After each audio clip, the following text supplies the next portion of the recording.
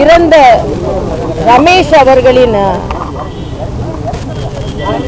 உயிரிழப்பிற்கு எங்களது ஆழ்ந்த வருத்தத்தை தெரிவித்துக் கொள்கிறோம். அவர் இந்த பகுதியில் இருசக்கர வாகனத்தில் சென்றிருக்கிறார். நல்லவேளை இரவு நேரம் ஆதலால் அந்த ஒரு உயிரிழப்பு நம்மால் தாங்க முடியவில்லை என்றாலும் இன்னும் பல உயிரிழப்புகளுக்கு காரணமாக இருந்திருக்கும். இப்போ கொஞ்ச நேரம் நம்ம நிற்கும் போதே இங்கே நிற்க முடியல. பள்ளி மாணவர்களின் பேருந்துகள் அதிகமாக செல்லுகின்ற இடம், ஆம்புலன்சஸ் அதிகமாக செல்லுகின்ற சாலை, போரூரை பூந்தமல்லியையும் சென்னையையும் இணைக்கும் மிகப்பெரிய சாலை. இந்த சாலையில் இப்படிப்பட்ட ஒரு விபத்து நடந்திருப்பது மிகவும் அதிர்ச்சி அளிக்கிறது. சரியான பாதுகாப்பு நடவடிக்கை எடுக்காததனால் ஏற்பட்ட விபத்து. இது ஒரு எச்சரிக்கை மணியை அடித்திருக்கிறது. இது எவ்வளவு தீவிரமான பிஸியான இந்த ரோட்ல இதே மாதிரி ஒரு 50 டன்ல இருந்து 100 டன் சொல்றாங்க. 100 டன் அந்த பாலம் கீழே விழுந்ததுன்னா கான்கிரீட் நம்மளால சிந்தித்தே பார்க்க முடியவில்லை. இதுல இந்த மெட்ரோ ரயில் திட்டத்தை மத்திய அரசு அனுமதித்தாலும், அதற்கான நிதி பகிர்வை மத்திய அரசு கொடுத்தாலும் நிர்வாக பொறுப்பை ஏற்றுக்கொள்வது மாநில அரசு. டெண்டர் முடிவு செய்வது, பாதுகாப்பு நடவடிக்கைகளை கண்காணிப்பது, பாதுகாப்பு நடவடிக்கைகள் சரியாக இருக்கிறதா என்பதை மேற்பார்வையிடுவது, அடிப்படை பாதுகாப்பு இருக்கிறதா அந்த செயல் திட்டத்தில் என்பதை முழுவதுமாக கண்காணிப்பது, இவை எல்லாமே மாநில அரசின் கடமை. ஆக இங்கு நிலை குலைந்திருப்பது பாலம் மட்டுமல்ல, மாநில அரசின் நிர்வாக திறமையும் நிலை குலைந்து இருக்கிறது என்பதை இந்த விபத்து காண்பிக்கிறது. இது ஒன்று இல்லை, நம்ம திடீர்னு ரோட்ல பள்ளம் விழுகுது.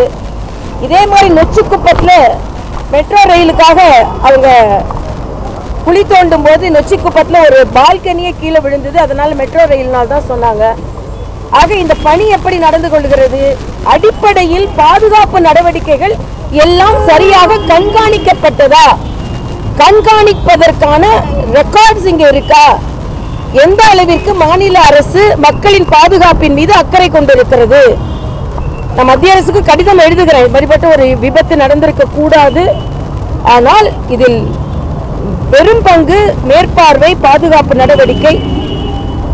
யாருக்கு டெண்டர் விடுகிறார்கள்? LNT முழுவதுமாக எடுத்திருந்தாலும் மற்ற பணியை எந்த நிறுவனம் செய்கிறது? இதெல்லாம் மேலும் கண்காணிக்கப்பட வேண்டியது.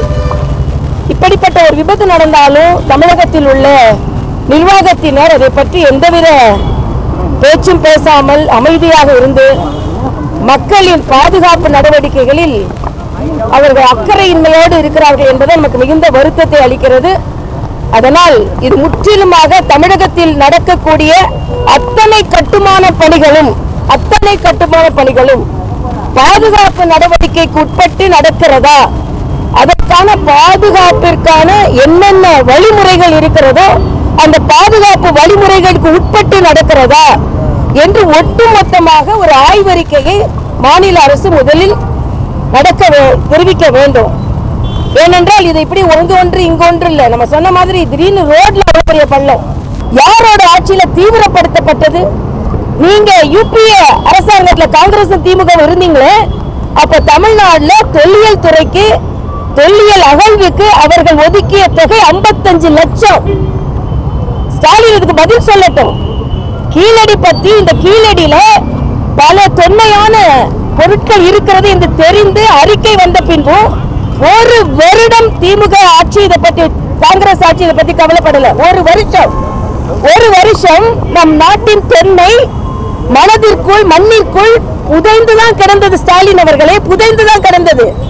மரியாதைக்குரிய மோடி அவர்கள் வந்த பிறகுதான் ஆர்கியாலஜிக்கல் சர்வே இந்தியா என்ற ஏஎஸ்ஐ நிறுவனத்தை அதிகார மையமாக்கி இன்னும் பரவலாக அதன் படிகளை விரிவுபடுத்தி மாநிலத்திலும் ஏஎஸ்ஐக்கு முக்கியத்துவம் கொடுத்து 55 கோடியை ஒதுக்கி தமிழ்நாட்டில் உள்ள அகழ்வாராய்ச்சிக்கு மட்டும் 55 கோடி ஒதுக்கினாங்க. நீங்க 55 லட்சம் தானே ஒதுக்கினீங்க. நீங்கள் ஆட்சி செய்து கொண்டிருந்த போது தமிழக தொல்லியலில் என்ன அக்கறை காட்டினீர்கள்? இன்று கீழடி தமிழின் தொன்மையை உலக அரங்கிற்கு உயர்த்தி கொண்டிருக்கிறது என்றால் உணர்த்தி கொண்டிருக்கிறது என்றால் அது மரியாதைக்குரிய பாரத பிரதமர் மோடி அவர்களால் தான். ஏனென்றால் அந்த ஏஎஸ்ஐல பல திட்டங்களையும் பல வழிமுறைகளையும் கொண்டு வந்தார். இன்னும் சொல்ல போனா டீசென்ட்ரலைஸ் பண்ணாரு. ஏஎஸ்ஐ மத்தியில் இருந்து மாநிலத்திற்கும் முழுவதுமாக பணிகளை டீசென்ட்ரலைஸ் பண்ணார். இந்த கீழடியை வைத்து முதலில் இருந்தே இவர்கள் கீழ்த்தரமான அரசியல் செய்து கொண்டிருக்கிறார்கள். ஒரு அதிகாரி மாற்றம் செய்யப்பட்டார், 26 அதிகாரிகள் மாற்றம் செய்யப்பட்டார்கள். தமிழ்நாட்டில் உள்ள அந்த அதிகாரி மட்டும் மாற்றம் செய்யப்பட்டார் என்று ஒரு பொய் பிரச்சாரத்தை அவர்கள் கொடுத்தார்கள். ஆனால் அந்த நேரத்தில் மரியாதைக்குரிய நிர்மலா சீதாராமன் அவர்களும் நானும் நேரடியாக கீழடிக்கு சென்றோம். தமிழக அமைச்சர்கள் கூட இப்ப யாரும் வரல. இன்னைக்கு கீழடி இந்த தொன்மை வாய்ந்த இந்த அகழ்வாராய்ச்சி பாஜகவிற்கு பெயர் வாங்கி தந்துவிடக் கூடாது என்பதற்காக கீழடி கீழடி கீழடி என்று உள்ளடி இல்லாத ஒரு கீழடியை இவர்கள் ஒரு கீழ்த்தரமான அரசியல் செய்து கொண்டிருக்கிறார்கள். நான் கேட்கிறேன், தமிழின் தொன்மையை நீங்கள் 5-6 அமைச்சர்கள் மத்திய அமைச்சர்கள் எதை கொண்டு வந்தீர்கள்? உங்கள் ஆட்சியில் கீழடியின் நிலைமை என்ன? ஏன் வெறும் 55 லட்சம் மட்டும் தமிழ் அகழ்வாராய்ச்சிக்கு ஒதுக்கினீங்க? இன்னைக்கு பாத்தீங்கன்னா தஞ்சாவூர்ல உள்ள பழைய பொருட்கள் இன்னைக்கு நம்ம சுவடிகள், ஓலை சுவடிகளை டிஜிட்டலைஸ் பண்ணது மரியாதைக்குரிய மோடி அவர்கள் அரசு. ஓலை சுவடிகளை டிஜிட்டலைஸ் பண்ணதுனால நம் தமிழின் தொன்மை உலக அரங்கிற்கு எடுத்து செல்லப்பட்டு இருக்கிறது. அதனால இவர்கள் அமைதியாக உட்கார்ந்திருந்த அந்த கீழடியை உலக அரங்கிற்கு எடுத்து சென்றது பாஜக தான். அதனால்தான் நான் மறுபடியும் சொல்றேன், கீழடியை நாங்கள் அகழ்வாராய்ச்சி செஞ்ச பின்புதானே அதை பற்றி அரசியல் செய்ய முடிகிறது உங்களால்.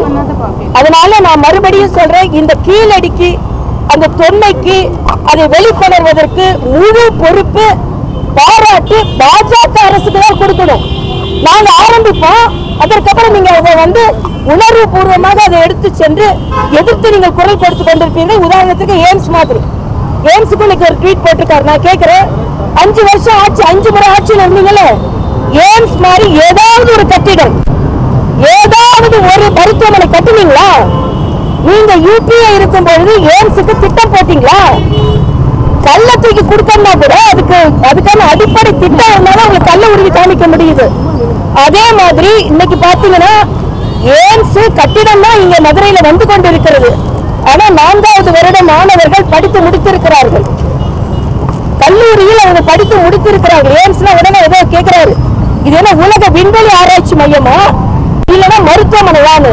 விண்வெளி ஆராய்ச்சி மையம் கூட கட்டிடலாம், மருத்துவமனை தான் ஒரு கார்டியாலஜிக்கு என்னென்ன உதவி வேணும், என்னென்ன ஒரு மேம்பாடு வேணும், என்னென்ன உயர் திட்டங்கள் வேணும், ரொம்ப கவனமா இது உலக தரம் வாய்ந்த மருத்துவமனை.